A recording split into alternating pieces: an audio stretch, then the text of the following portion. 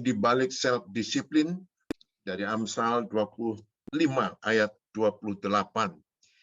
Orang yang tak dapat mengendalikan diri adalah seperti kota yang meroboh temboknya. Saat ini kita hidup di zaman yang bergerak ke arah anti norma. Jadi semau gue.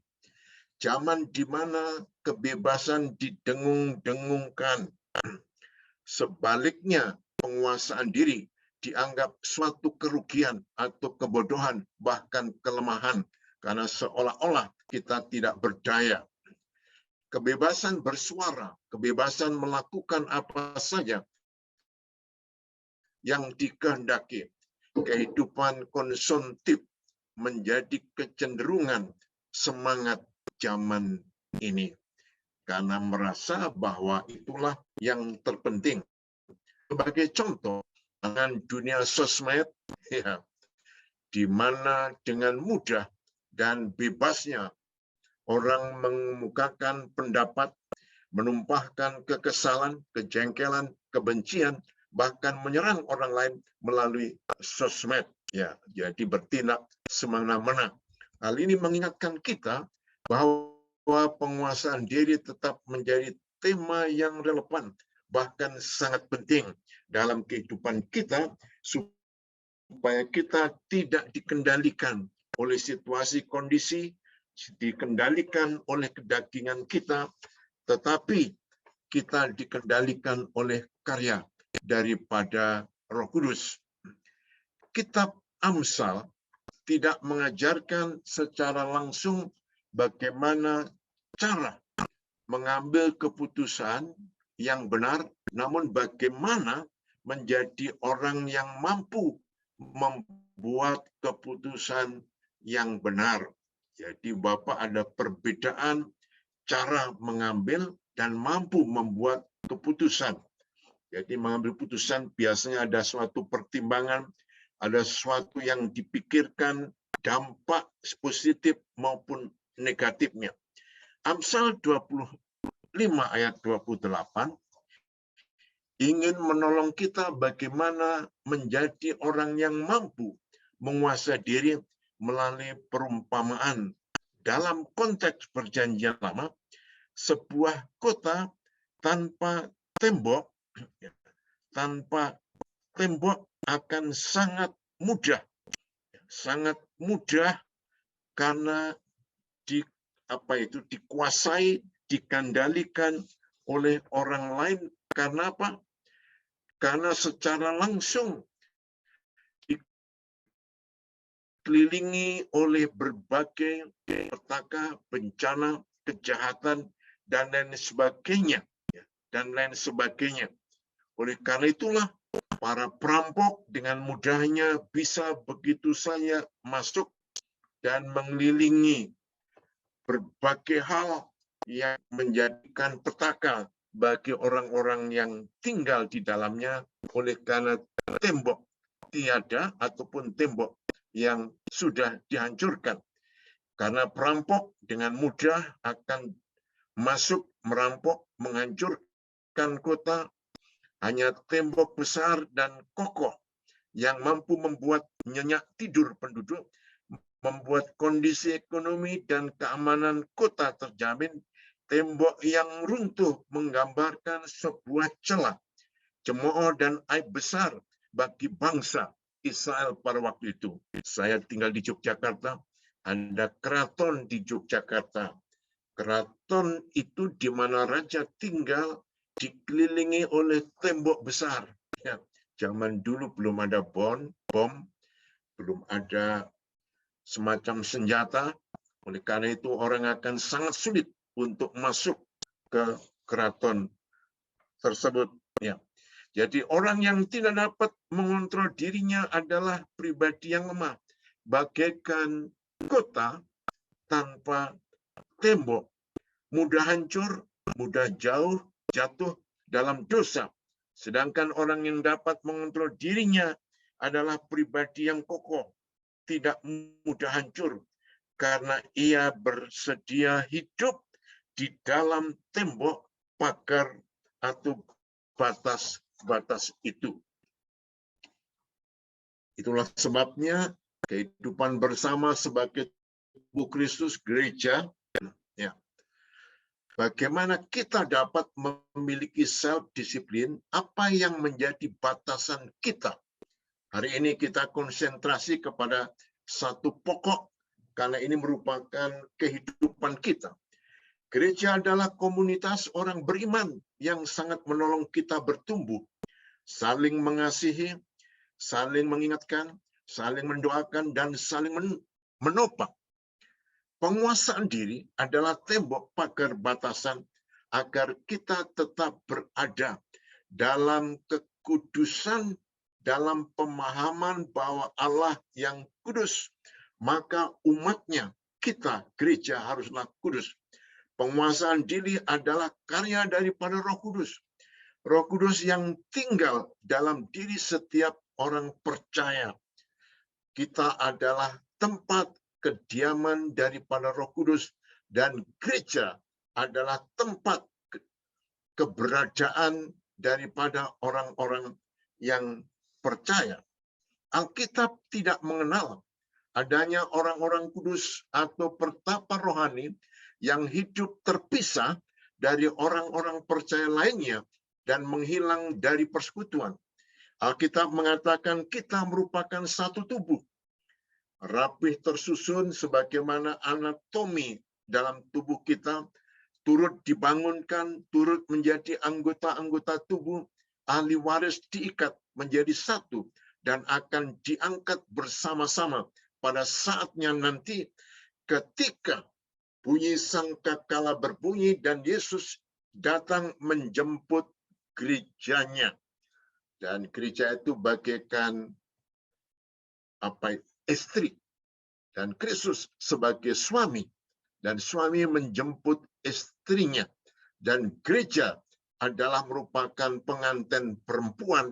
Itu artinya kalau Bapak Ibu tidak berada dalam gereja, dalam persekutuan menjadi anggota gereja, artinya nanti Bapak Ibu tidak terikut diangkat bersama-sama sebagai orang-orang yang percaya, yang percaya. Karena itu, Ibu Bapak, mari kita hidup sebagai orang-orang yang tidak lagi berdiri sendiri. Ya, Anda tidak lagi berdiri sendiri. Meskipun hubungan kita dengan Kristus bersifat pribadi, Allah tidak pernah bermaksud menjadikannya terpisah.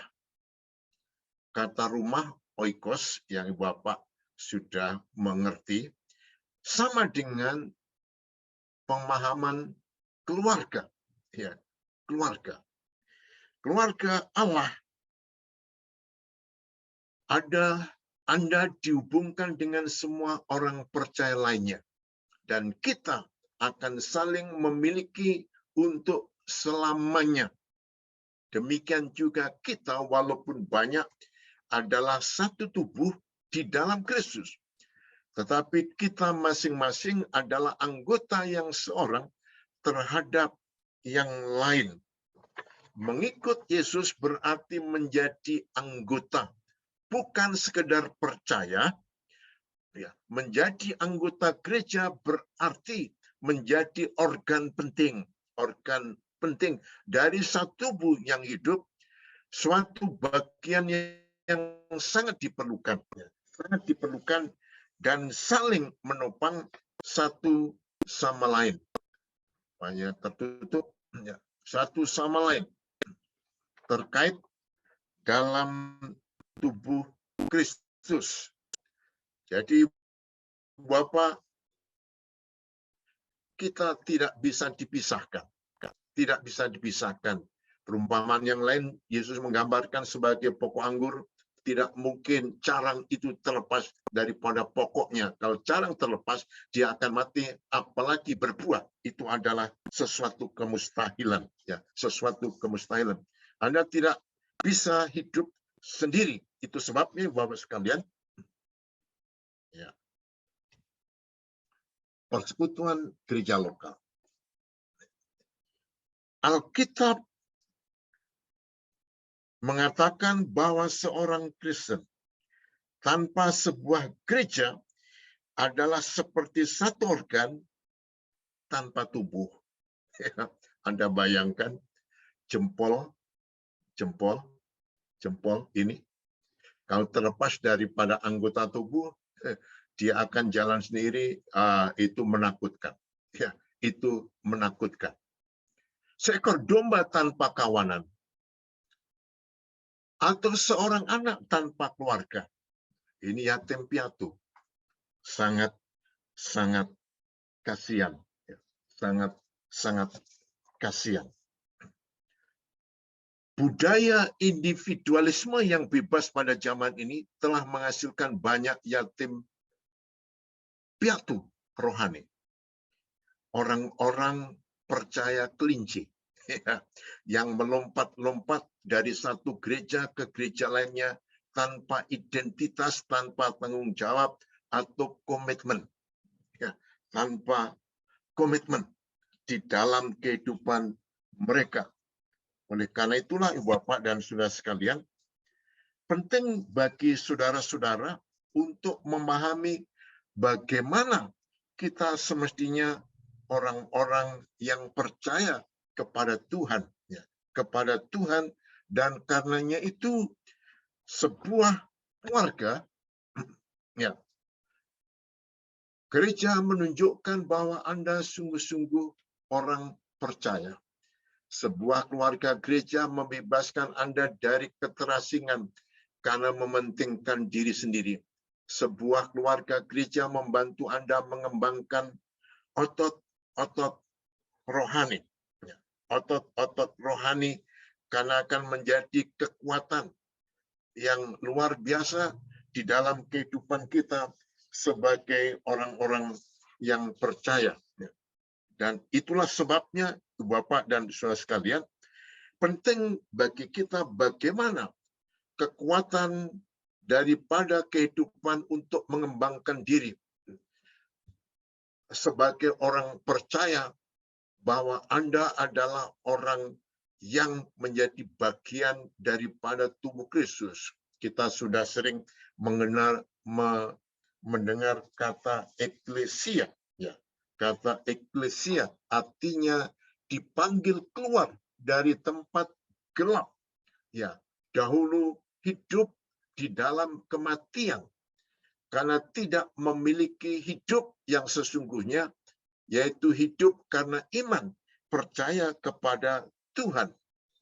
Dan karenanya itulah, Ibu Bapak dan saudara sekalian, Kristus mau kita kuat, kita kokoh, kita berolahraga, ya, berolahraga dalam pemahaman membentuk kehidupan rohani yang kuat melalui doa, pembacaan kitab suci, persekutuan satu sama lain. Dan tubuh Kristus membutuhkan Anda. Allah memberikan peran yang sangat unik kepada kita masing-masing. Ya, tidak ada dua orang yang sama di dalam dunia. Itu sebabnya sebagaimana tubuh, ya, tubuh tidak ada dua organ yang sama. Artinya apa? Organ yang satu itu begitu sangat penting. Jadi kalau Bapak Ibu sebagai anggota gereja, bagian daripada organ itu tidak berkarya, tidak berdaya guna, artinya Anda mengorbankan orang lain untuk mengambil bagian dalam diri Anda, dan Anda akan kehilangan kesempatan untuk dipakai, diberkati, disertai, merasakan, menikmati kasih sayang daripada Tuhan.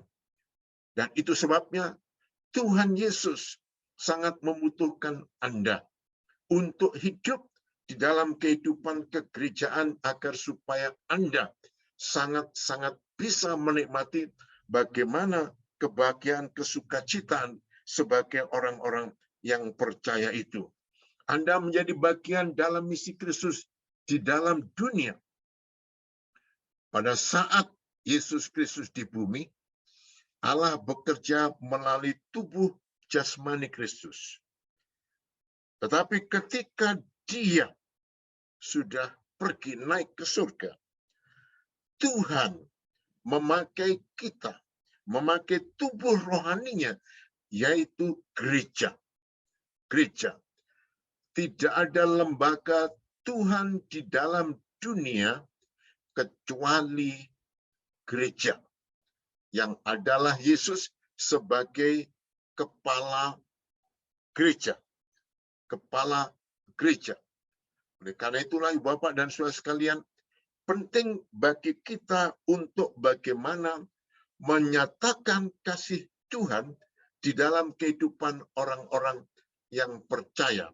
Anda bisa membayangkan orang miskin, orang kaya, orang bodoh, orang pintar, orang mempunyai berbagai kemampuan, tetapi ketika mereka meninggal tidak mempunyai nilai. Ya, tidak mempunyai nilai. Tetapi orang yang percaya, siapapun mereka, tidak dibedakan antara suku, ras, latar belakang, dan kehidupannya. Karena masing-masing kita adalah menjadi anak-anak Allah. Orang-orang yang percaya. Karena itulah Ibu Bapak sekalian, misi Kristus di dalam dunia dipercayakan kepada gereja. Gereja, kenapa? Gereja tidak mempunyai pendirian. Nah, di luar gereja tidak mempunyai pendirian, tidak mempunyai tujuan di dalam kehidupannya. Oleh karena itu, Ibu Bapak dan Saudara sekalian, sebuah keluarga gereja akan membantu menjaga Anda dari kemunduran. Kenapa? Karena tak seorang pun dari kita kebal terhadap pencobaan, itulah sebabnya satu sama lain saling mengingatkan, satu sama lain saling peduli, sehingga kita diingatkan akan bagaimana kasih sayang Tuhan, sehingga kita menjadi kuat. Semuanya ada dalam gereja. Allah membuat gereja untuk memenuhi kebutuhan yang terdalam Anda, yaitu suatu tujuan untuk hidup. Orang-orang untuk hidup bersama, prinsip-prinsip untuk dijalani, profesi untuk dikerjakan, dan kuasa untuk dipahami, dan lain sebagainya. Dan itulah sebabnya Bapak dan Saudara sekalian, ini adalah sangat-sangat penting buat kita untuk meyakini bagaimana Tuhan yang sudah memanggil kita dengan suatu komitmen tujuan Allah yang dipercayakan kepada kita, tahu tujuan hidup kita. Orang-orang yang hidup bersama, bagaimana itu merupakan persekutuan yang abadi. Prinsip-prinsip untuk dijalani tidak menurut prinsip dunia. Profesi untuk dikerjakan masing-masing kita dipercayai untuk melakukan apa yang Tuhan percayakan, dan kuasa untuk bertahan hidup karena Allah lah yang menjadi kepala gereja. Tidak ada tempat lain di dunia ini di mana Anda bisa menemukan kelima hal tersebut dalam satu tempat. Tetapi gereja adalah merupakan tempat yang sempurna bagi manusia, karena Yesus yang membentuk, yang membangun gereja itu. Tujuan-tujuan Allah bagi gerejanya identik dengan tujuannya bagi Anda. Karena itulah Ibu Bapak, hendaknya Anda berdoa, Anda hidup, Anda bersama-sama dengan Tuhan agar kiranya Anda memiliki kebersamaan satu sama lain dan hidup menjadi seperti Kristus. Semakin hari semakin dewasa, ya, semakin dewasa. Itu tujuan Allah bagi kita sebagai orang-orang yang percaya. Sekarang adalah pilihan Anda. Pada saat Anda dilahirkan kembali, secara otomatis menjadi bagian dari keluarga Allah universal, gereja umum. yang sekarang kita belum ada, nanti di surga, merupakan kumpulan orang-orang percaya dari berbagai gereja, macam-macam gereja. Tetapi Anda juga perlu menjadi anggota dari perwujudan keluarga Allah secara lokal. Tuhan mengenal gereja lokal. Gereja lokal sebagai tubuh Kristus universal adalah merupakan kenyataan yang nanti terjadi ketika gereja diangkat. Semua gereja di seluruh dunia diangkat. Dan Kristus sebagai kepala gereja, Kristus sebagai suami, dan gereja-gereja Tuhan yang diangkat dari berbagai latar belakang adalah merupakan temanten wanita. Perbedaan antara menjadi seorang yang menghadiri gereja dan seorang anggota gereja ialah komitmen. Orang yang hanya datang ke gereja hanya untuk kepentingan pribadi, sifatnya egois, yang hidup sebagai orang-orang yang apa yang menjadi dibutuhkan, tidak ada komitmen, tidak ada tanggung jawab. Keputusan yang pertama membawa keselamatan, keputusan yang kedua membawa persekutuan. Bapak, Anda adalah orang-orang yang sudah diselamatkan. Dan persekutuan adalah yang gereja inilah yang membawa saudara dan saya menjadi orang-orang yang diberkati Tuhan. Sebagai penutup, penguasaan diri, self-disiplin adalah tembok pagar batas agar kita tetap berada dalam hidup selaras dengan rancangan Tuhan. Untuk itu, percaya kepada Yesus sebagai kepala keluarga, dan kita menjadi anggota gereja lokal. Ya, gereja lokal, memang tidak ada gereja lokal yang sempurna di dunia, dan saudara jangan mencoba mencari, dan Anda tidak akan pernah mendapatkannya. Ya, kita adalah orang-orang berdosa, orang-orang yang dipanggil dari tempat gelap, dipersekutukan dalam kasih-Nya, dan sedang disempurnakan untuk kehidupan yang masa yang akan datang. Gereja lokal yang setia adalah kunci kemenangan kita. Itulah sebabnya Bapak, kita dimampukan menjadi orang Kristen karena Kristuslah teladan kita. Ia telah menjadi korban yang sempurna di atas salib.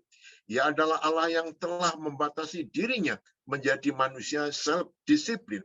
Selama hidup sebagai manusia, Kristus mengontrol, menguasai dirinya sedemikian rupa untuk hidup berkenan kepada Bapa.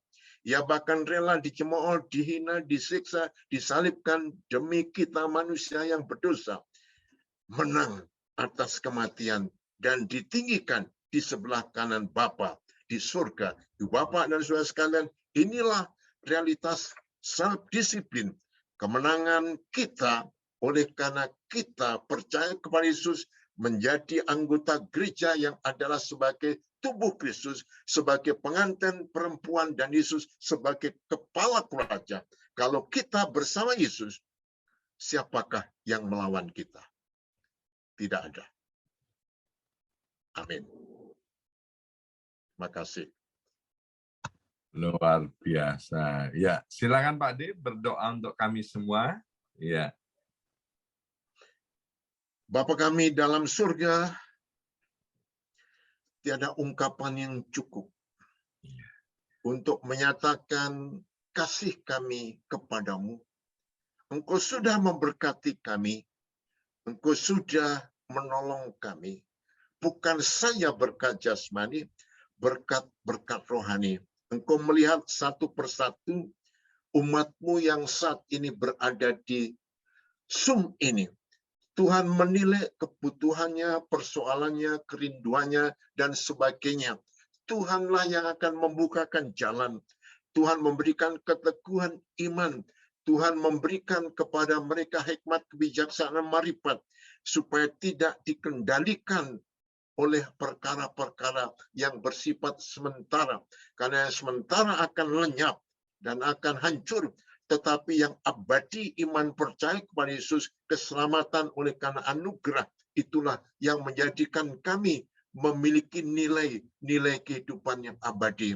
Tuhan, Engkau akan terus memberikan kuat kuasa-Mu, bagi Pastor Yongki dengan Ibu untuk menjadi gembala yang Tuhan telah tetapkan di gereja ini. Karena gembala merupakan pilihan Allah untuk memperlengkapi umatmu, gerejamu, sehingga gereja ini apapun keberadaannya, Tuhanlah yang sudah menetapkan, mendirikan tempat di mana orang-orang beriman kepadamu. Tuhan, pakailah gereja Betani ini sebagai alatmu untuk kemuliaanmu dan memberkati kepada sesama. Terima kasih Tuhan. Di dalam nama Yesus kami berdoa.